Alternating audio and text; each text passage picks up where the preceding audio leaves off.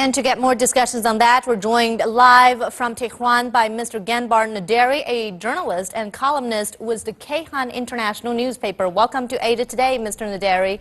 Well, President Rouhani's trip to Europe is primarily a business push. Italy and France were Iran's main economic partners before sanctions kicked in. So can we expect this visit to fully restore trade ties between them? And why is Iran making Europe its priority? It's good, Mangman, you brought that up. I'm afraid priority for Iran is not the West, especially the European Union, and it is Russia and China, for the simple fact that last week Iran and China signed cooperation deals for the next 25 years worth $600 billion.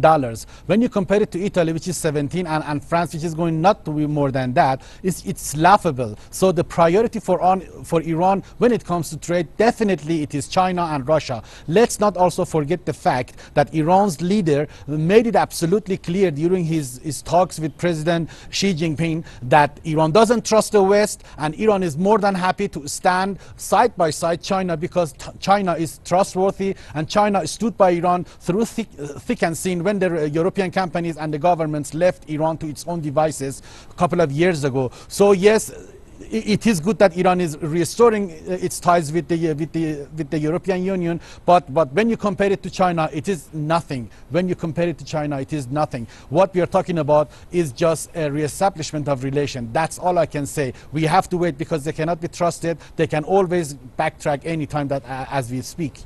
But at least the signing of business deals is a good start. And Mr. Naderi, let me ask you this. Aside from business, let's talk about the diplomatic implications of this trip.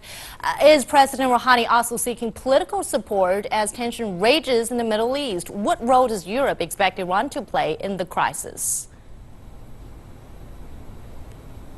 You are absolutely right. The importance of security arrangements and cooperation with Europe is far more important than the economic ones.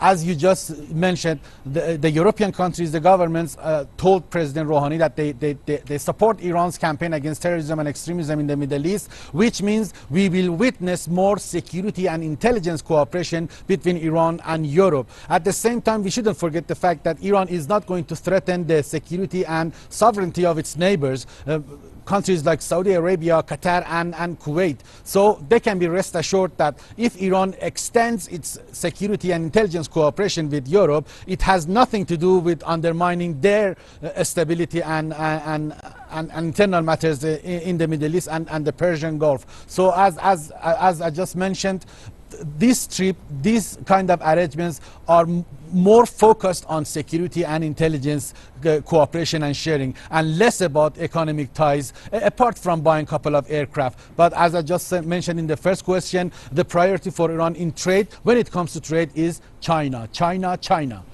Well, Mr. Ganbar Naderi talking to us from Tehran, thank you so much for your insights.